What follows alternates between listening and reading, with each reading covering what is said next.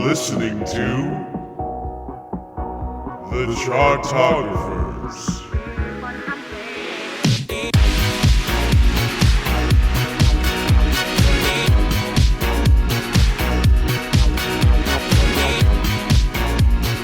Hello, everybody! You are listening to the Season 3 finale of the Chartographers, guys! Holy moly, it is over. It is a journey. I was looking at when we were posting some of the tracks earlier, the very first episode that we did of this season, which was Steely Dan. Great episode, love it. But I checked, and it was like posted 8 months ago. I'm like, have we really been doing Season 3 for the better 2/3 of a year? We really stretched this one out. Well, yeah, because we only had, like, there's so many few episodes of the season are single episodes. Most of them are broken up into two pieces. Yeah. Right, exactly. Because we cared that much more. Some episodes, like fucking Whitney Houston, which should have been a single episode, happened to be two. There's a great discussion. Listen to them all, guys. They're fantastic. Rank us on iTunes. But most importantly, you're listening to The Chartographers. It's a music-loving podcast for music-loving people, and I can't believe... And initially, you clicked on the episode. You know what you're getting into. When I saw that this is the artist that we were going to be ending our season with, my initial reaction may have been what a lot of you listeners' initial reactions are, which is... Really?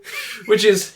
Wow. Which is... I completely disagree. I think that plenty of people would not react to this way. No. Because here's the thing. Although he's a very well-selling artist, I think just generally, Billy Joel is someone who excites and also, is someone who annoys a lot of people. Because his pop hits were omnipresent, which have been dominated and carried on for decades. And everyone from theater kids to old baby boomers, everyone always has a song that they tie themselves to. Groups. Well, yes. Literally those two groups. And it's funny, too, because I feel like there's a lot of songs that, like, when you look at the chart history, it's peaked at number 14 or number, 22, and doesn't feel right. Even those are, like, omnipresent. Right. I know, and so he's had quite a career, and guys, we're going to dig into it. It's the last artist of the season. That's why we're talking about the one, the only, the guy who's best known as Dodger from the animated film Oliver and Company, the guy who's best played by a Belushi in a comedy sketch, that Brooklyn-born piano popper who writes songs that sound like Broadway showstoppers wearing sharkskin jackets and with the velvet collars on. That's right, guys, we're talking about Billy Joel! I would like to note that you said Brooklyn. He's from Long Island, and there are now 1,000 people who have strong opinions about pizza and the New York Mets who are out the door waiting to kill you. Attila, if you're nasty. Yeah. So, yeah. Who spiked your drink? You're like full carnival operator Well, tonight. listen, it's the last episode of this. We're not going to do this for a gut. Oh, yes! I just made Brice spit take. So, you haven't even introduced him yet. Billy Joel, born in the Bronx, and actually he was the son of Jewish immigrants. His father was actually a very well-regarded pianist. He wound up taking up on that, but then his father did this thing where he left when he was 4 years old, so he kind of had to... that thing you do. That thing that you do, but Tom Hanks movie. But he wound up discovering he has a love of piano. He also wanted to try a bunch of other sports things, because apparently when you're walking all of your piano books over to the only place in the neighborhood that does piano lessons, it also does ballet lessons, so due to, early Americana views of masculinity, he's like, well, I gotta be a badass then. Formed initial bands and realized, like, wait, that girl that I had the crush on who wouldn't give me the time of day, she's looking at me as like, oh wow, he's talented, he's good at something, and they paid me at the end of the gig? You can do this? Like, he was hooked from there on. And the thing is, Billy Joel has had a lot of fucking setbacks. Of all the artists we've done, there's some who've endured personal tragedies, and there are those who've endured just, difficulty with the industry or business. Billy Joel is more of a specific business industry person, because he got fucked over by the industry about 800 different ways, and he powered through and persevered. It's kind of crazy. And also the fact that he's had the hits that he has, and the styles that he's had, and his constant need for artistic validation. Guys, it's a journey. We're going to go on it. We're going to rank the albums of Billy Joel. Now you might be asking yourself, who's got that razor sharp wit to do that? Sharp as a knife? Let me tell you. First off, there's me. I'm Evan Sadi. You might know me as... my house. You might know me as the interviews editor of Pop Matters. You may know me as a writer for MSN and other places, but most importantly, I hope that you know me as the host of this podcast, because I love this podcast dearly and profoundly. And most importantly, if you know anything about this podcast, then you know the person sitting next to me, the Phil Ramone to my Billy. That's right, the the only co-creator of the podcast, Taran O'Reilly! Hello! Happy 45th artist that we're doing, baby. I know, it's crazy. Yeah. I'm so glad we're finally here. Right. It's been the longest time. It's been... Well, this one was one of the first artists we've done in a while where by the time the episode was rolling around, I was like, I am so sick of Billy Joel. Not because it's bad, it's just, there's 12 albums in a particular style. Fucking 12. And we've done more than that even. I don't know what it was about Billy specifically, but I think part of it was I am fairly familiar. Mm-hmm. Which I was not. I just knew a lot of the pop hits, but I couldn't, circle around a certain album. Evan wasn't let's turn up for Downeaster Alexa. Yeah, literally no one has ever done that. I kind of have. Wait, yeah, you like that one? All right, he gets so crunk to it. Well, guys, let's introduce this other voice over here. The person sitting around in the studio, leering. That's right, guys.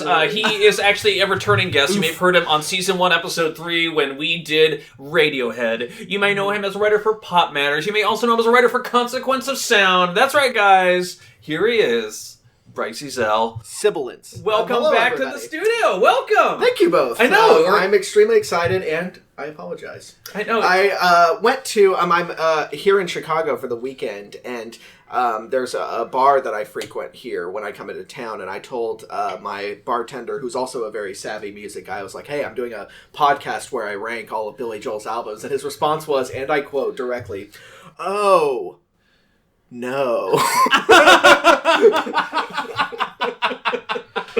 So long story short, we got a journey ahead of us. Shout out to Beer Miscuous and to my friend Austin at Baynard on Twitter. He's a wonderful guy. He has a pitch for a Stone Roses podcast in which you rank the 2 Stone Roses albums. Oh, okay. That's what a challenge that's going to be. All right, well, guys, listen. We're going to rank the Billy Joel albums. What are the Billy Joel albums? Let me tell you. There is, of course, his 1971 singer-songwriter debut, Cold Spring Harbor. There his first pop hit in the form of the album Piano Man from 1973. There was his recorded on the road and quickly released Street Life Serenade from 1974. There's his Fuck a Producer, I'll Produce, Turnstiles from 1976. And his first collaboration with Phil Ramone in The Stranger from 1977. His second collaboration with Phil Ramone, the big pop hit that is 52nd Street from 1978. There is his Fuck All Y'all, I Can Rock Out Too, Glass Houses from 1980. There's his Fuck Rocking, I'm an Artist Now, The Nylon Curtain from 1982. There's his Fuck Artistic Credibility, Doo-Wop's Fun, An Innocent Man from 1983. Hey now. There's his album that has a lot of production from the 80s called The Bridge from 1986. There's his Phil Collins album, Stormfront from 1989. Oh, that's real. And most importantly, there's his post-Disney excitement that is River of Dreams from 1993. Now, those are 12 albums. If we're talking about all the albums of Billy Joel, we should probably talk about that person with the matted hair, and it's a wig, actually. They look like they're a person wearing fancy clothes in the room. The classical album that is Fantasies and Delusions. No. What the fuck was that? I'm putting a damper on that album now. What?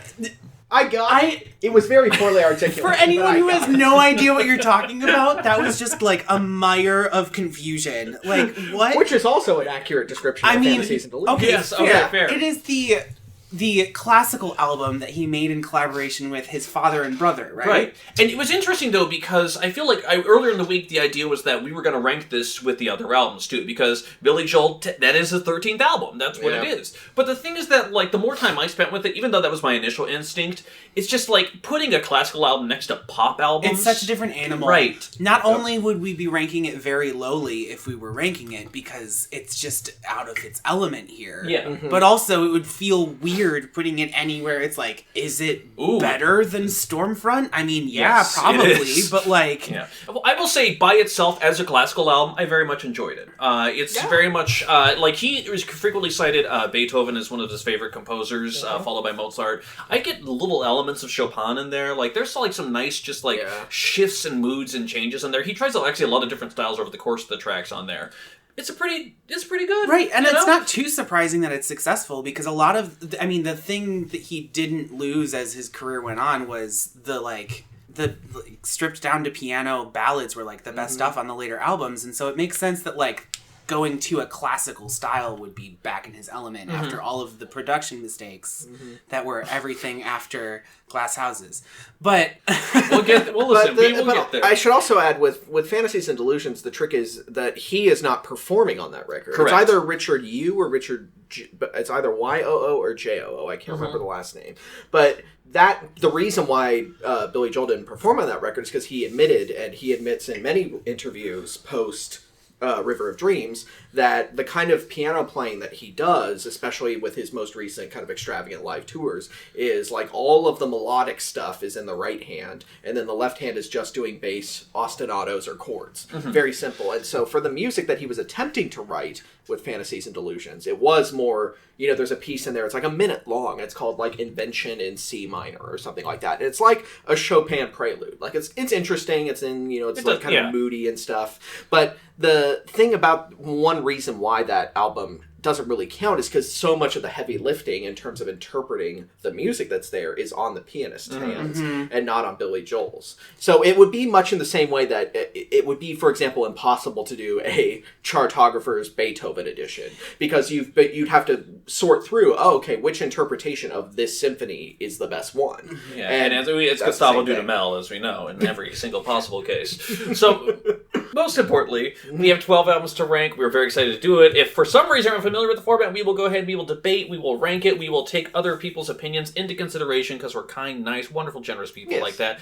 And it's a good debate, because we've been listening to this for close to 2 weeks, in some cases entire lives. It's fantastic. So most importantly, though, 12 albums, 12 slots: Cold Spring Harbor, Piano Man, Street Life, Serenade, Turnstiles, The Stranger, 52nd Street, Glass Houses, The Nylon Curtain, An Innocent Man, The Bridge, Stormfront, and River of Dreams. Brice is Ezell. Okay. 12 albums, 12 spots. If you had your personal druthers, I'm just curious, what would you nominate as the worst Billy Joel album? So this is difficult for many reasons. One of which is that, so I've been negging the both of these wonderful gentlemen to do Billy Joel for quite some time. And I realized upon actually being asked to do this episode that I was like, wow, I only like 50% of his music. On an album-to-album basis. Because I came to him through classic rock radio growing up. And so there are several albums worth of incredible singles that I like. But in terms of taking each album on its own, I was like, all right. So I say this with some... This is a nomination that I have some trepidation around, because this is one that I know that many Billy Joel fans and Billy Joel himself would put in this last position. But I would not put it there. I would put it a little bit more. My nomination for number 12 is Stormfront. And I say that with the acknowledgement that the kind of default album for this spot is Cold Spring Harbor, in large part because the album was not to Billy Joel's specifications. Famously, it was sped up in production. Accidentally. Accidentally, yes. Yeah. But nonetheless, it was released that way, and Billy Joel didn't have the rights to the music to change it for a long enough time. And there are a couple of classics, such as Everybody Loves You Now and She's Got Away, that have endured despite the original production things that marred that album for so long. But because... And this is difficult. The question is, are you evaluating the songs or the album as it was produced? And when you listen to Billy Joel talk about it, he's like, I hate that record. It doesn't live up to me. Okay. But my nomination, number 12, Stormfront. Okay, let's talk about Stormfront then, before we get into the back history of the other one. Stormfront is just weird because I feel like An Innocent Man was a giant hit. You gotta keep in mind, in 1983, he basically found new love in his life, because the one thing that is kind of surprising, and if you're a fan of Billy Joel, I guess it's kind of true, I just was surprised to learn how bitter his streak runs. And all the way back to Cold Spring Harbor, there's some bitter-ass songs that are on there. There's always this little bit of venom that's always lurking underneath the songs. Honestly, some of his bigger hits that he has, when you goddamn listen to She's Always a Woman, it's just someone fucking hurt you, man. It's crazy. But the thing is, An Innocent Man, which was both not only a celebration of his newfound love with Christy Brinkley, it was also a throwback doo-wop, let's go into these early pre-rock and roll style kind of thing. It was huge. It was gigantic. So what do you do to follow that up? And apparently with both The Bridge and Stormfront, because they're released only a couple years apart, it's crazy how the production style of the 80s didn't do Billy Joel any favors. That's the thing. Like, he's a piano popper. It's That's a his constant thread. Yeah. It's a constant thread through this podcast. We cover an artist who started in the 60s or 70s, and once you get to their 80s output, you're like, ooh, this is rough. Like, people who came into their own in the 80s knew how to write songs and produce to that sound. But people who were from the earlier era, most of them just couldn't figure it out, and any hits that they had were flukes on otherwise horrible records. You know, and so with Stormfront, we Didn't Start the Fire, which is a hit, is very recognizable. It's bad. However, it's terrible. Extremely It's bad. just a list of things. Which Joel himself recognizes, by the way. Yeah. To be added. He was like, well, you know, no one reads history anymore, so I wanted to make a Don't song they? where Don't they, all though? of history is inside of it, and that's all you need. And it's like, no, because you don't actually explain any of the things that happened. You're just like, Vietnam, and everyone's just supposed to know. I mean, except all of JFK Vietnam. blown away, what else do I have to say? There's a little bit more detail there. eBay, D-Day, Pizza Domino's. Stop it. Stop rewriting We Didn't Start the Fire. It doesn't deserve it. Except, here's the thing about We Didn't Start the Fire, and, like, listen, it's a terrible song, but it's also, like, that melody is so fucking annoyingly catchy, and it's one of those, like, every once in a while, like, he's great at anchoring almost every single album with usually at least there's some hit that he knows is a hit. Also, you know, I really like the intro of We Didn't Start the Fire, when that drum fill's coming in, and it's the boo, doo, doo, doo, doo, boo. and then the guitar's kind of, like, playing along with it, and it's just like, okay, cool. Like, that's great. And then the verse starts, and you're like, oh, right, this is what this song Ho Chi Minh! Right. But so before we get more into the specifics of this record, I have to ask, because you just alluded, you said, You like, go to extremes. talking about, you said, you know, he had to reckon with the production styles of the 80s when fundamentally he was a piano popper. The question that I think that kind of has to guide our discussion of these 12 very different records is, how do you understand what his kind of core style is that remains consistent? Because my view of him is that he's the bridge between the Great American Songbook era. So, like, when you have, like, Cy Coleman writing songs and, like, Cole Porter writing songs, and you have, like, artists kind of performing them. They're jazzy, Scott kind Joplin, of, like, soft, what we would call, like, soft jazz now. And there's definitely some, like, musical theater balladry. Exactly. And, Yeah, Broadway stuff. So he's the bridge Ruby between Rag. that and the rock and roll era. Because you have songs like She's Got Away and Vienna, which to me smack of that standard, kind of like, oh, this is a song that someone will be performing 100 years from now. Yeah. And then you have and I'm not trying to get into other albums, but like in Glass Houses and some other records where he's like, I'm a rock and roll guy, fundamentally. And so to me, and one of the reasons why and Stormfront is to me exemplary of this, it's why I nominate it in the 12th spot, is that sort of thing, like his ability to sort of transcend eras or like straddle two eras, breaks down. Oh, absolutely. There is no disagreement about that at all, because the thing about the bridge and Stormfront especially is that it doesn't feel like... I mean, the thing about 70s songwriting and pop songwriting especially is that very often there's... it was a sound of an era, but often a lot of these things define an era. Like, when you think of the sound of the 70s, like, you might think of Fleetwood Mac, you might think of these other artists, but, like, it's so broad and specific. But 80s, when you mention someone an 80s It's pop both album... broad and specific? I mean... But when you think about an 80s, like, pop album or record, you think about this thin production. You think about, like, this very modern, like, you know, experiment with digitization and synthesizers and things like that. And especially when you think of early 80s, it's very dated. It's stuff that never transcended the era. And as good as his songs may be, and may say what you will about U2, one of the big strengths of U2 is that they were a group that came into the 80s and very much transcended it. They were not bound by the production and style of the 80s. And Billy Joel just succumbs to it. Yeah. He is a victim of it. Because Absolutely. when I listen to either... And honestly, for me personally, I would throw the bridge at the last spot. That's fair. Because one of the things about Stormfront, say what you will about the story that is the Dowiester Alexa, or, the popness of We Didn't Start the Fire, it ends with just a fucking killer ballad. It's the reminder of how good he could be. And So It Goes is heartbreaking and gorgeous. And, like, that part when he breaks down after the chorus and those synth pads come in, but they're just, like, quiet and subtle, and it's just like this beautiful little moment. I'm like, this is the Billy Joel that we love. This is the Billy Joel respect. There's a reason that was a single off this album, because, like, it connects in a way that none of the other material does. And I actually have a weird personal connection with this song. Oh, really? Because, so my older brother and sister are a year apart, and so they were both in high school at the same time, obviously. They were in the a cappella choir, and they did a version of "And So It Goes." That was just.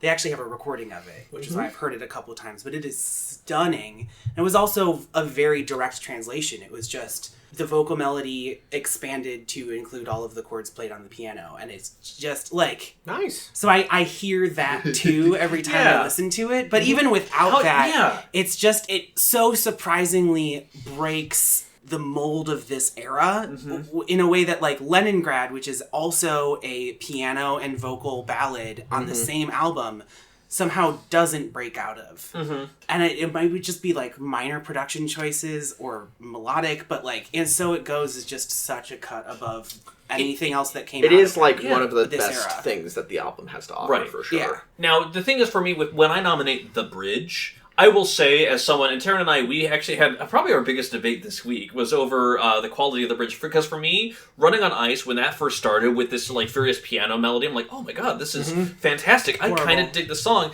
This Is the Time. I actually like, especially those verses. You're thinking about like just the way it kind of builds. This is the musical theater thing, right? Exactly. But like it kind of like there's this building method, and it is very Broadway. And I actually like the end result on there. It's just the rest of this goddamn album. There's not a song on the bridge that's as good as And So It Goes. Wait, you mean you don't like the song about Ray Charles and Billy Joel fucking their pianos? That or the goddamn Cyndi Lauper collaboration. She's such a temptation. I forgot that she was on that track until like this week. Right, and it's just, and she doesn't do much to add to it, I assure you. No, but she doesn't. Yeah. And the thing, and otherwise the rest of the bridge, I don't give a shit Guys, about this. sometimes Joels just want to have fun. I might add that to this conversation. Yeah, every time a song, like when I had the discography on shuffle this week, and a song would come on and it'd be like, oh, fuck this one. And then I'd check and it was from the bridge. Without fail. And that's like, there were songs from Stormfront and River of Dreams, and even Nylon Curtain a little bit, where I was like, but like, thanks for the support. But like the bridge there is consistently, I was like, God, why does this exist? Right. Like, and that's, so I would agree. The bridge is definitely in the last spot for me. I'm perfectly fine with putting the bridge in the 12th spot, in large part because both of those to me are Joel's sort of bottom. Yeah. And I think that in looking over the track list for both of them, neither one has a like set of hits that stands out. Like to me with the bridge, the things I remember are Running on Ice, This Is the Time, and yes, Baby Grand with Ray Charles. I remember it for all the wrong reasons. The metaphors are a little mixed, and you don't understand if they like want to bang their pianos or if it's like a spiritual thing. But when it comes to Stormfront, like I remember Downeaster Alexa. I do think that's like him trying to reach out to the working man. And So It Goes is wonderful. It's a story song.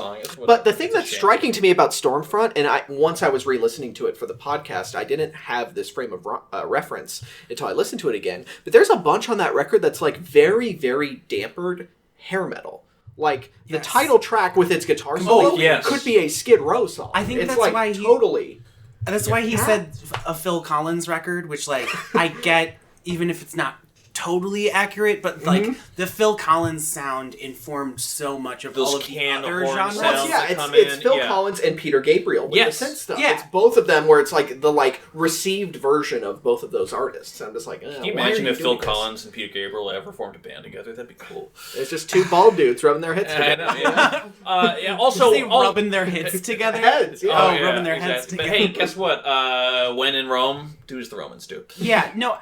Are we cool putting Stormfront at 11? Because I'm very cool. Very cool. Yeah, all right, cool. Let's just get number 12, The Bridge. Number 11, Stormfront. I love it. Taran O'Reilly. Yes. Number 10. Okay, so this might be a little surprising. Okay. But up next for me would be Street Life Serenade. You may not. Okay. Because I think Los Angelinos is fun. It reminds me of Proto Steely Dan. And The Entertainer is also fun, but such an obvious grab at an attempt to recreate the magic and success of Piano Man that like kind of annoys me a little bit. And that's literally all of my highlights from this record. Also I like Root Beer Rag, but that one's an instrumental. Rag's fucking awesome. It's just fun. Yeah. But like this album to me has like it doesn't even have the, like, anything at the level of And So It Goes on it for me. Like, right. It's just very plain, and you can tell that, like, it was written on tour, recorded really quickly. Yeah. You know, you can tell, like, this was the album where he was so unhappy with working with session musicians and how, like, clean and bland that made the sound, that then he rejected that for the next album after this. Like, and I think you really hear that. I definitely hear why he wasn't happy with this result. Yeah. Okay. I think that's an interesting take, and I'm not necessarily going to completely disagree. Just because Street Life Serenade, it does feel rushed. I mean, literally every song that you mentioned is, like, the thing that's on there. For me, I like The Entertainer. It's interesting to me that Billy Joel has a litany of hits about how bitter he is about fame. You know, and even, like, and the great thing about Cold Spring Harbor is that when he does that with Everybody Loves You Now, there's still a little bit of, like, you know, acid on that. And it's just like he does that, he kind of does a little bit more piano, and then he does The Entertainer. Like, it's a running theme for him. He has a very weird relationship with fame and popularity. That being said, Street Life Serenade, while I wouldn't call it a great album, it's one of the things where having a couple bland songs on there is, you know, not the worst crime in the universe, because there is I can at least take The Entertainer. Some of the things have sounded dated, I still take it. Obviously, Root Beer Rag, it's a lark, but I enjoy it. Like, you know, there's just small moments on here. I wouldn't necessarily put that next, but I would say it's coming up. For me, personally, Before we move, do you have thoughts on this album? Of course I do. Yeah. So, Street Life Serenade, I rank slightly higher than I think you would and you would, although I certainly wouldn't rank it in the upper echelon. Not in terms of the individual songs, because I think the only lasting songs from this are probably The Entertainer, and even The Entertainer is somewhat hampered by that, like, really cloying Peter Gabriel synth thing. And I think Los Angelinos and Street Life Serenade are the first two tracks. I really like them, but they're definitely it's of the, like, 70s, like, you're doing the Fender Rhodes piano thing. So it's very much a relic of its time, and Root Beer Rag is like baby ragtime. It's like, let me write Scott the most Joplin. boring thing in C major. I mean, it works. And it's, like, enjoyable. It works for what it is. It's enjoyable, but it's not brilliant. But what this record is for me, and I thought that when I was going back to my complete re-listen of the discography, was, to me, because Cold Spring Harbor is so... there's such the controversy about its production and it being outside of what Billy Joel wanted that record to sound like, that I took Piano Man as kind of his proper debut. But to me, in terms of the song, or excuse me, the sound that lasts for the duration of his career, to me, Street Life Serenade is where we start to hear Billy Joel that we would come to know in the subsequent records. In large part because Piano Man has a couple of genre larks, like Travelin' Prayer in particular, where it's the Ballad of Billy the Kid. Yeah, Billy the Kid, where he's not really doing that kind of thing. And it seems like Piano Man, there are a couple of obviously core classics. I really like, there are some, like, minor tunes from that record, like Stop in Nevada and You're My Home, that I actually like. But obviously that has Piano Man, it has Captain Jack, those kind of things you can hear, but it's bogged down with enough kind of genre experimentation to me that it doesn't feel like his breakthrough. Street Life Serenade, on a track-by-track basis, doesn't hold up as well, obviously. I don't think that it's as good a record as Piano Man is. But in terms of its consistency across the 10 tracks, it feels like, okay, you know, it's a This is an album? Yes, and it's the Protean version of what Billy Joel would later become. It's not a great record. I'm not, like, saying that. And I agree with, on all accounts, it's the first album that sounds like the, like, peak Billy Joel. You know, he's moving past his, like, proto early 70s singer-songwriter style, and he's moving into more of the, like, full band classic rock. But unfortunately, it's just, like, even looking at it as a whole album, it's so unmemorable to me that it's hard to put it in the same league as the other things that are around it, you know? Okay. So, but you mentioned, Evan, that this was not necessarily your next pick, but it's the one that's coming up. Yeah, what would you put in this spot? Oh, I mean, clearly it's River of Dreams, if we're going to be honest with ourselves here. Because River of Dreams, I will say about this album, is that it is a very broad album. It's not necessarily as constrained by production as his other 80s albums that weren't an Innocent Man were, or Denial and Curt for that matter. But the thing is, I will say that River of Dreams is, like, still not Billy Joel. That's the weird thing about this album. There's a lot of orchestrations that are Beatles-esque. When you think about Blonde Over Blue, it's like he's clearly trying to do the whole fucking Roy Orbison thing all over again. And Oh, then, sure. Absolutely. And then, Shades of Grey, there's, little dots of Police references on here that kind of come through. The production is lush. The production is, colorful. It is a very colorful album. But in terms of, what are my fucking takeaways on this goddamn thing? And the answer is pretty much nothing. The thing is that, I will say that Street Life Serenade is not a great album. I'd say there's a couple songs that I will absolutely take out of it. I will say that I will agree with you, Brice, that it is more of a considered album altogether. But River of Dreams is just again, we run into this thing where we got the bad albums out of the way, but River of Dreams is memorable for the color, but not much else. Because again, this is not Billy Joel. You know? And I hear you. Yes. And again, don't totally disagree. But I would rather have color than not. Do you know what I mean? If we're gonna have an overall bland, not super inventive choruses, something that doesn't totally get stuck in your head. At least there's cool shit happening in the background, right? Yeah.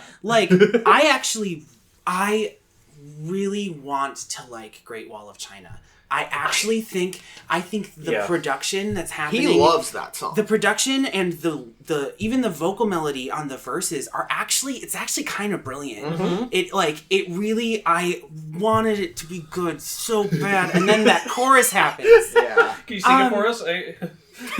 And we're standing on the Great Wall of China, or something along those lines. China. There's also just China. as you get later in his career, and then the part that annoys me so much is because on Goodnight My Angel, which is one of the takeaways from this for me, it's again late career, if piano ballad, always going to be good. Yeah, but you hear his vocal take on that, and it's so beautiful and gentle and loving. And then on the rest of this album, it's all about soul, and you're like, stop, Billy, just fucking sing. It's so weird. What are these voices? Why do you keep doing all these voices? Just sing the song. I feel like his piano ability, and he admits as much, has kind of degraded a little bit over time. Well, and yeah, he was in a car accident, and he had to get surgery and months of physical therapy on his hand during Nylon Curtain. Right. They weren't sure if he would be able to play again at all. Over time, though, it feels like he actually became a better singer consistently, record per record per record. He just, that voice got more and more enmeshed, it got trained, it just got a lot more confident. He got older. Cold Spring Harbor, even without the pitch shifting, he was only 26. Well, but Evan is right in one way. If you think back to Turnstiles, for example, you have Summer Highland Falls, where his voice is up here in the tenor range, and then you have New York State of Mind, where it's down here trying to do the soul thing, and it doesn't work as well. And For the Faults of River of Dreams, which for the record I'm perfectly fine with putting at the number 10 spot. Oh, you are? Okay. That would have been your nomination? Well, I don't know that it would be my nomination. I've got a couple of throw up considerations. Also, this is number 10 on a list of 12. I'm not going to fight for any of these very But hard. but here's what I'll say. As you explained it more, it made sense to me because my takeaways from River of Dreams are No Man's Land, which are this it's this critique of consumerism. Billy Joel, welcome to the resistance. The Great Wall of China. Punch you so hard. There's that lyric, and as not great of a lyricist as Billy Joel is for the bulk of his career, there's that line where he's give unto us this day our daily discounted stores. I don't know if you remember that lyric. I can't remember the phrasing of it quite right. I liked that. Hurt, yeah. And then Great Wall of China. I don't love it, but there's that that opening hook. The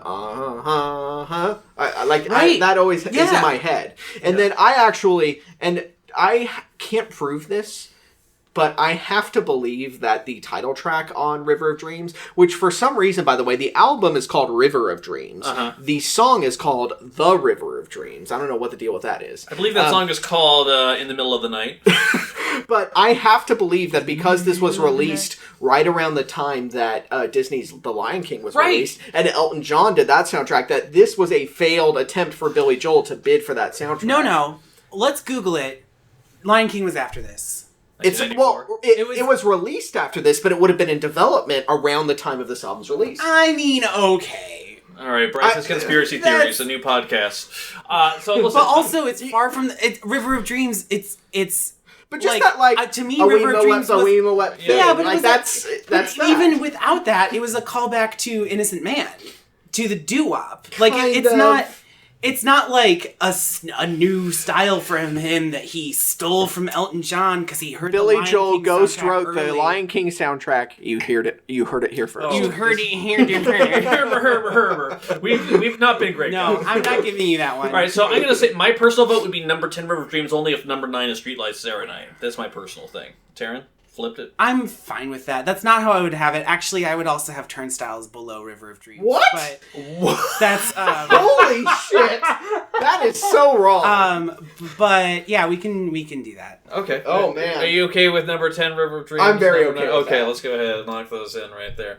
Well, but let's just have Taran just talk about his recent revelation of his lack of the love of Turnstiles for us. Yeah, if you wouldn't mind. Now, I will not abide. Context for Turnstiles, though. This was his album that he did basically after he was displeased with Streetlight Serenade, his performance and how it was produced and dealing with session musicians. He argued with the label. He was like, I'm going to produce this myself. Also, I'm bringing in my band. And the label didn't want that because they like reliable studio session musicians. And all of a sudden, he's bringing in his band, his raucous little band here to try and do these things. But he's like, I want to capture something. I really, really do. So a lot of people, it's very much a different kind of album. There's a couple of very interesting songs on here, but I want to have Taran take it away. Okay, maybe that was a bit hotter of a take than I meant it to be.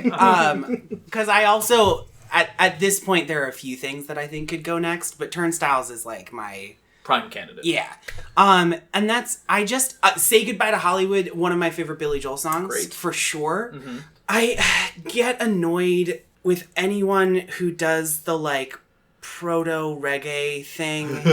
That's fair. And he does it a Dink it, couple times. dink it, He actually dink does it... Well, it's on All You Want to Do Is Dance. Yeah, primarily. all you want to do is dance. I was trying to find, because it's elsewhere on his... But it's not discography, really in too. Turnstiles. Like, All You Want to Do Is Dance is kind of the lark on that record. No, it's true.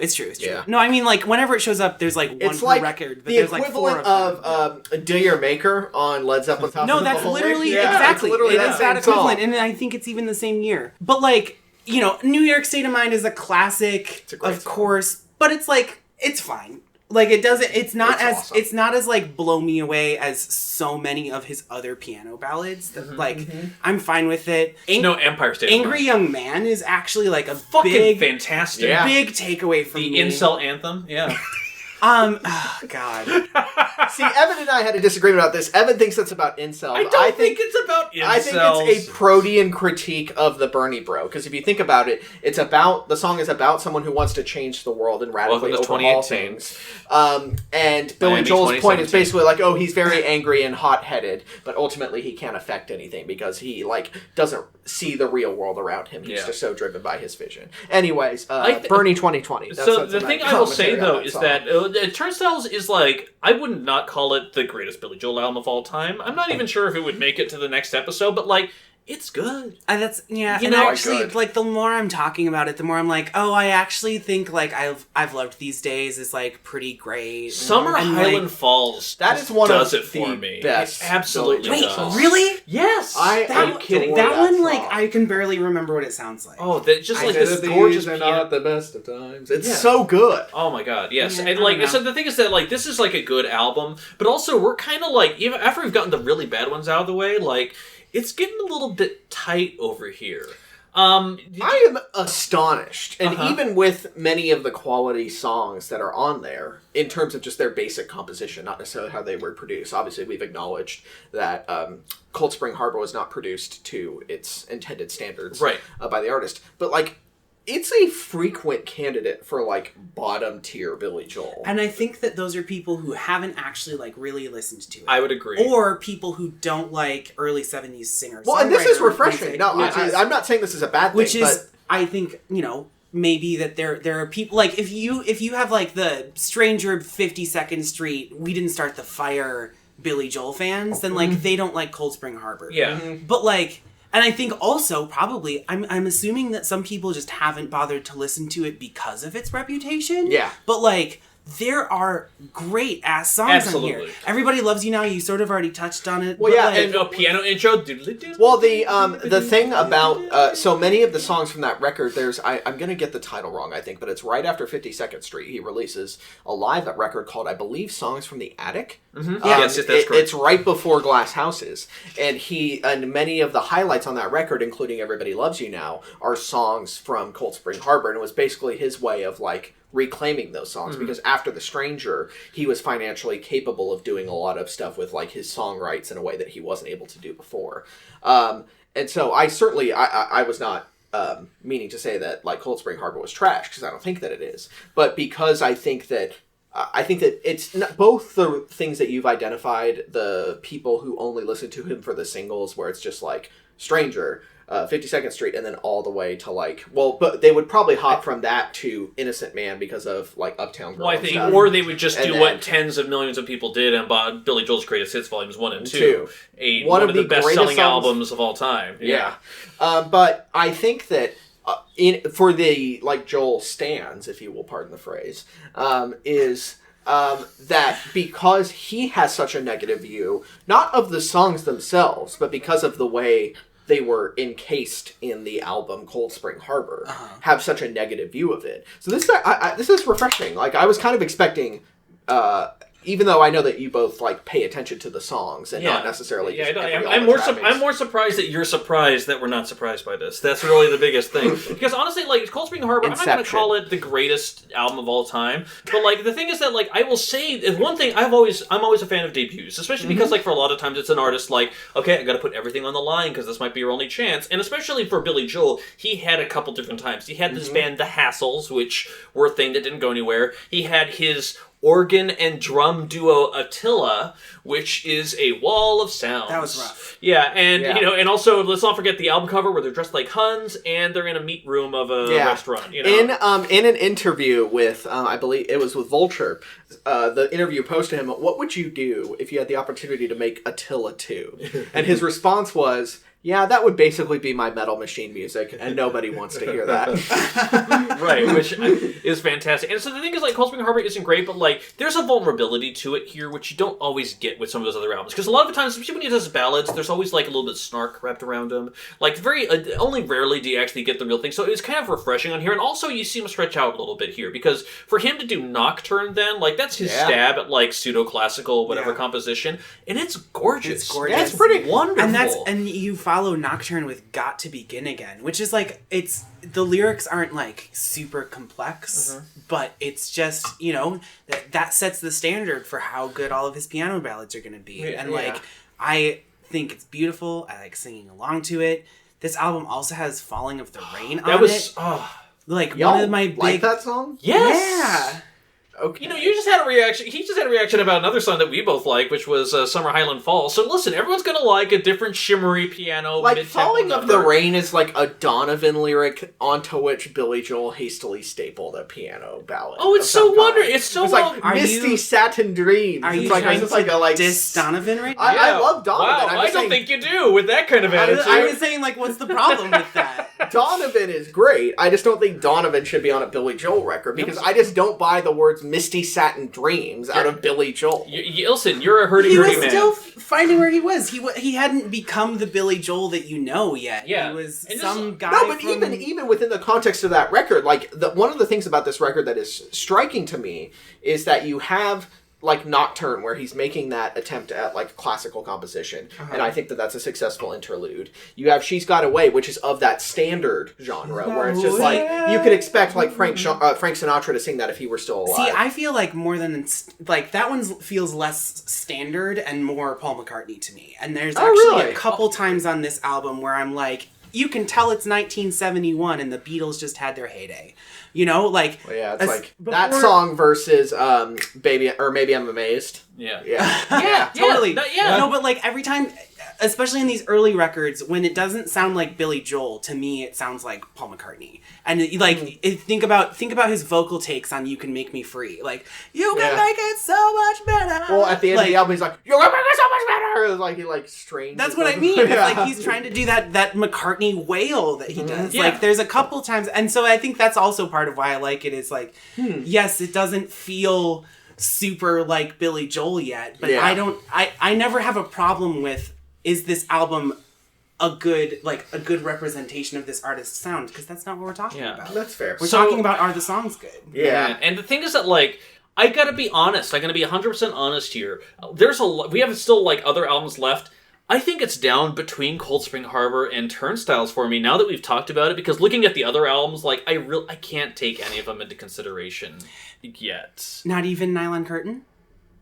Because, I mean, if you guys balked at Turnstiles coming up next, and that would be my other option, is Nylon Curtain. And I get why you don't want to put it next, because this is where he leaves McCartney behind and does a bunch of Lennon. Which is true. With This is a John Allentown Lennon and album. Laura and Laura's- Scandinavian Well, Laura Skies. is kind of a and- McCartney song. Yeah, no, you're right. Yeah. It is a little bit. But the rest he of the album, yeah. He even, like, does the voice a little bit. Laura. Yeah. Yeah, but even Scandinavian... Yeah, and he does that same voice on Scandinavian Skies, which is Completely. basically his fucking audition to be in I Am the Walrus, which is weird, because it's like, guys, Yeah, that it's was not a 15 good years song. ago. It's not a good song. Yeah. Oh, Wait, which So- song's not good? Scandinavian Skies. It's a perfectly fine song. Well, it's a hot mess. It's like the string arrangements go from like point A to point Z. Yeah, but you Like, could you could claim that A Day in the Life is a hot mess too. No, I think A Day in the Life holds up. Like it hangs together. It's No, slaps. I mean, I'm not saying that Scandinavian Skies is anywhere approaching that. Yeah. I'm song, not sure but, Scandinavian Skies slaps, that's what I'm saying. No, I think of the things on this. Okay, but Record, so to be it's clear, pretty just the records that were brought up in the conversation for this next position are Turnstiles, Nylon Curtain, and Cold Spring Harbor. Yeah. Yeah. So, Bryce, where are you on this? Turnstiles is my second favorite Billy Joel record. Wow. Okay. Oh! And I recognize that this will be a battle that I will probably lose. Yep. But Guess what, Bryce? You are correct. and I understand that it might end up in Now the lower I'm track so tile. curious what your number one is. No, but you tell us Okay. later.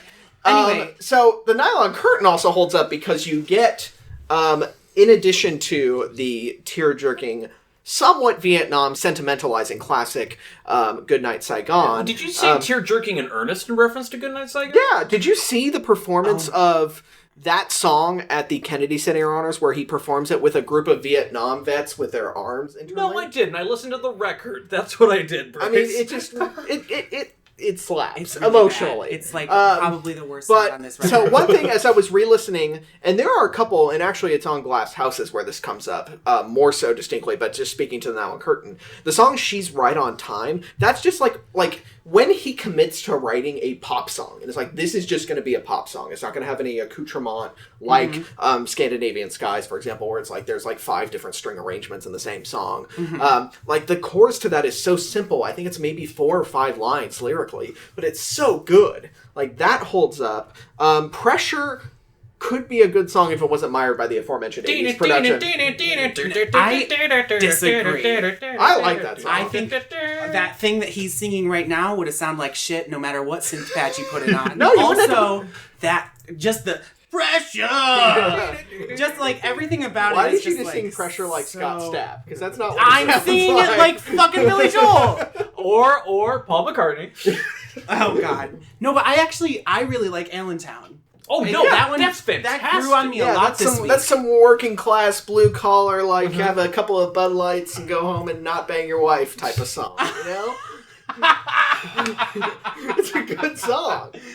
I don't know, A Room of Our Own and Surprises, like, to me, those are, like, good, like, mid-album tracks. Like, I'm not gonna, like, talk about them, but I they're like good. Surprises. I like Where's the Orchestra, because I'm a sucker for a piano ballad. Meh. But it's, Yeah, like... it's a he has- curious. It's a curious. He little has song. so many better piano True, ballads, true. though. I've talked about 6 of them already. Like, But here's the point of tension that I feel. Here's where I could sort of start to gather that maybe there's a distinction with our respective views on Billy Joel's career. Because my next pick for this slot, the number 9 slot, would be An Innocent Man. you mean the number 8 slot? The number 8, yes, Yeah. that's right. Yeah, we already put Straight Up Saturday Night Down. And here's... Hey, fuck no. First of all, Innocent Man, really? Yes. And I won't get into the details because I can already tell that this will be a conversation that will probably happen later in this podcast and I would care for it to happen. But in terms of song construction and just the basic facts of the building blocks of the songs on that record, it's not a bad album, certainly. And like the vocal arrangements on For the Longest Time, even as nauseatingly overplayed as it's been, Uptown Girl is very well done. Leave Your Tender Moment Alone, also a very good song. Interesting is choice. To me, it is ultimately, and it's interestingly placed because what happens after that are the two late 80s records that we put at the bottom of the list, is that's Joel hiding behind the influences that he likes. And he's openly admitted that throughout his career he's been derivative. He said that. But yeah, you can tell by the voices he puts on. Yeah. He's trying to evoke the artist he's... But, like, on those songs, it's like, oh, I get it. You're trying to write the book and music for the Jersey Boys, like, 20 years before it exists. Like, it's not bad. Like, I can't dislike those songs, but if I'm ranking these records in terms of what I think the greatest achievements of Billy Joel as an artist are, I'm more interested in the achievements where, even though, obviously, he's kind of a muddled source of... or a muddled confluence of influences, I want those things where it's not as exceedingly obvious as it's on An Innocent Man. I get what you're saying. But I also think that Innocent Man was a good decision, especially when you admittedly look at the 3 albums that came after it that were in the style of the current era he was recording in, and that did not fit him very well. And so, as the 80s were starting, and he had already done Nylon Curtain, which is a pretty 80s sounding album when it's not sounding like Lennon... you know, the synths are Vladimir definitely... Lenin, by the way. The synths are definitely out in force already, and it was not as commercially successful as he probably had hoped. You know, he had come off of Glass Houses, had his first #1 single on it. And so then, you know, you're 2 albums later, and he's trying to recreate commercial success. Also, pop culture goes in cycles. It's 1983, so 20 years earlier, doo-wop was on its way out, but that is the right era to call back to. But there had already been in the 70s, there was the 50s revival, when you had Grease, when you had all these other things that came through in terms of, so there was precedent set for it. Exactly. You know? There was an audience already for it. And it wasn't as radical a departure as you may think. Regardless of how you feel about, its influences are so, you know... Obvious. Tell Her About It is one of the best pop songs ever recorded. Like, that is just, it's one of, my favorite songs of all time. And, I like Uptown Girl a lot, too. It has been more overplayed, I feel like. Yes. Which is funny because Tell Her About It is actually the one that went to #1.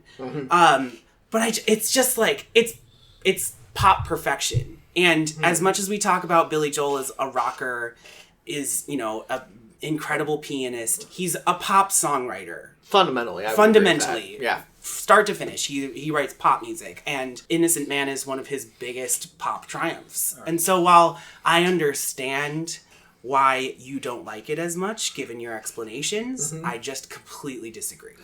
So, here's the thing about this podcast, is that the thing is that we spent our times, we crash course on these artists, we listen to these albums here, and the thing is like us literally getting into the songs, getting into the details, getting into the biographical context that informs a lot of these albums and how they play out, is fascinating. I always love going on this journey. But then we have moments like the one we just had right now, where we nominate these albums here, like, oh, I think Cold Spring Harbor should be here, oh, I think Turnstile should be here, and that leads to us talking about it and reevaluating our own thoughts and opinions on these albums too, kind of live, in action, while we're recording. And it's kind of great. And so in doing that, talking about Cold Spring Harbor, talking about Turnstiles, talking about these albums is kind of give me a second bit where because in your mind you're like, there's no way I'd nominate something like fucking 52nd Street or whatever because this is a sacred cow, an iconic album. And looking at this, I'm like, wow, we're talking about these other albums, and unfortunately, I have to be that fucking asshole right now that stirs the pot a little bit because listen, Cold Spring Harbor and Nylon Curtain are probably coming up real soon.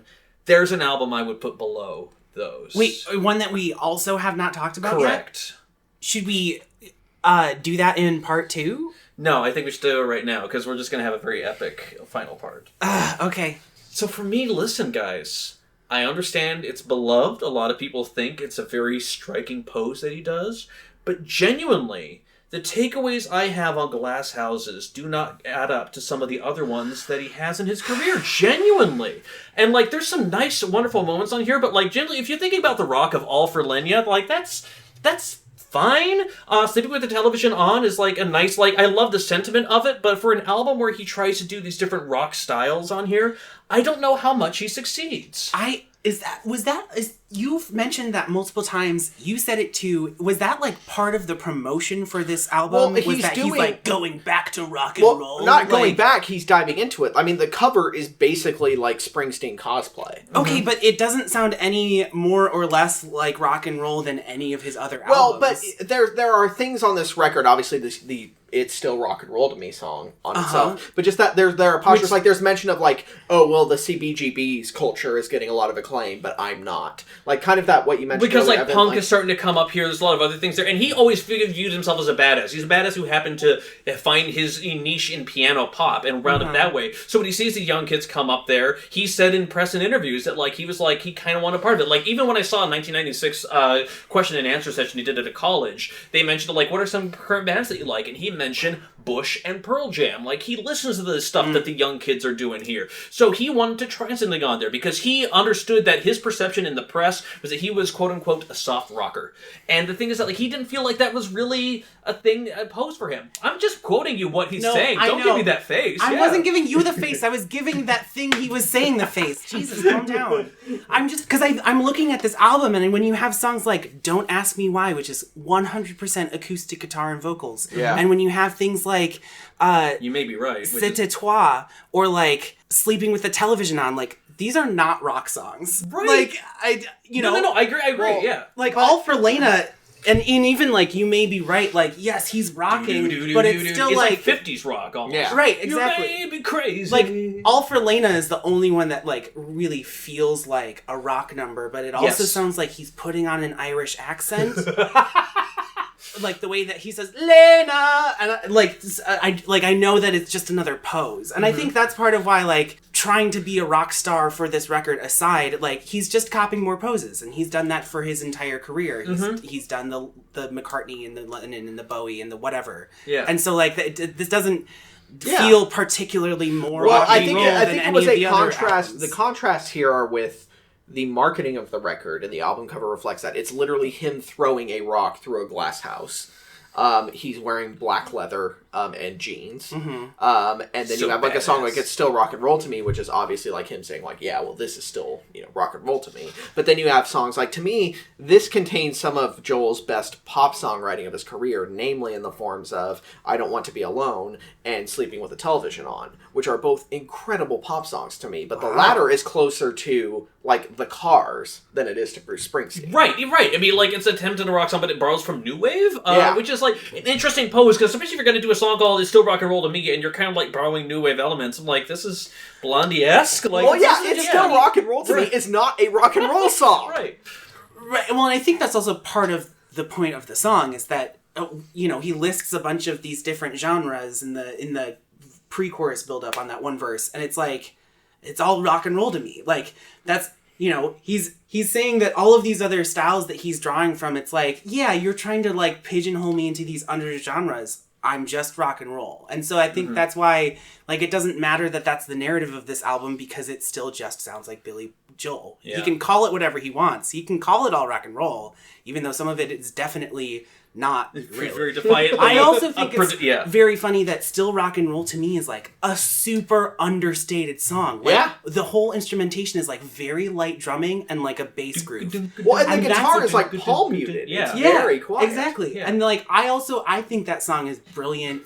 The way that he switches back and forth between like the guy asking for advice, and then it's just like very subtle multi-tracking to give the like voice of the Greek chorus. Yeah. I think it's brilliant. And so Yeah, I would not put Glass Houses here. Certainly I not. understand what you're saying with like the rest, like the back half of this record is not super impactful, but I definitely think that the hits off of it, you may be right, Still Rock and Roll to Me, Yeah. are like so fantastic. Okay. Yeah.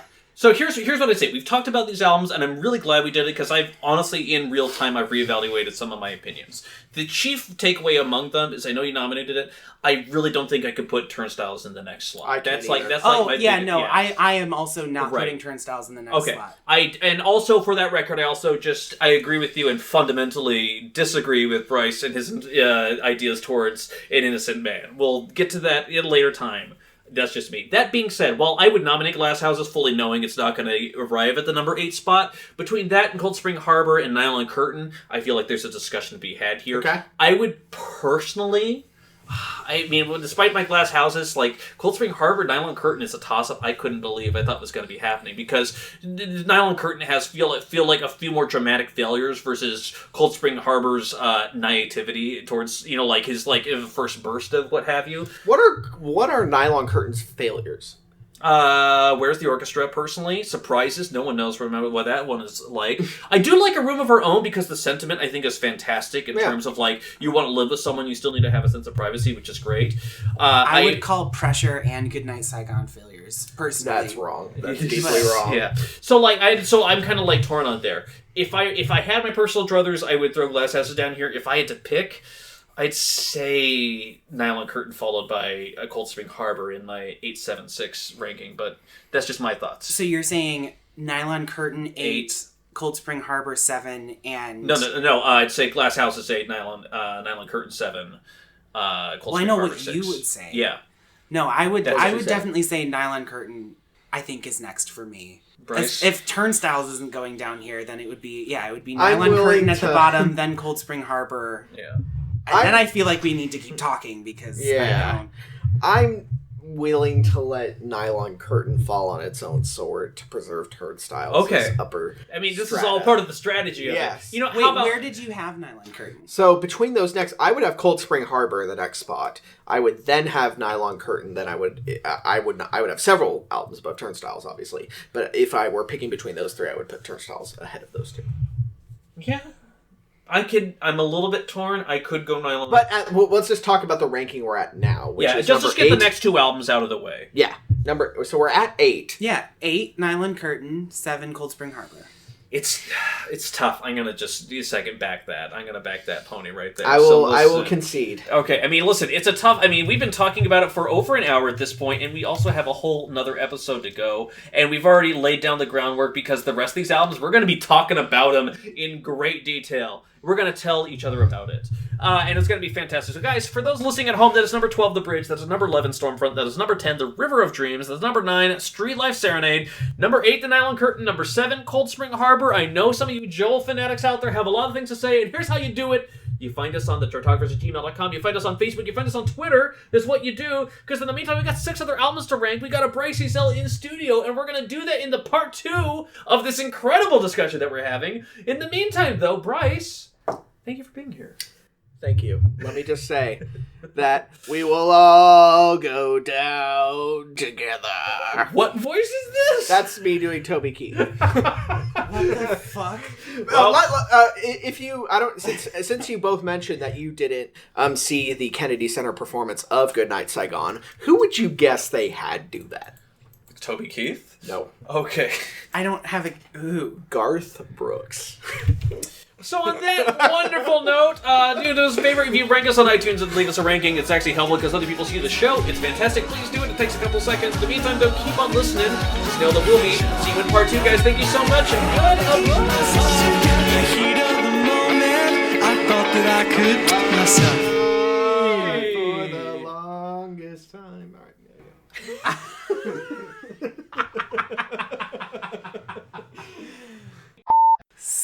Siblings. Bigley Jobs Market. Wow, There I you go, hate yeah. you. Yeah, very cool.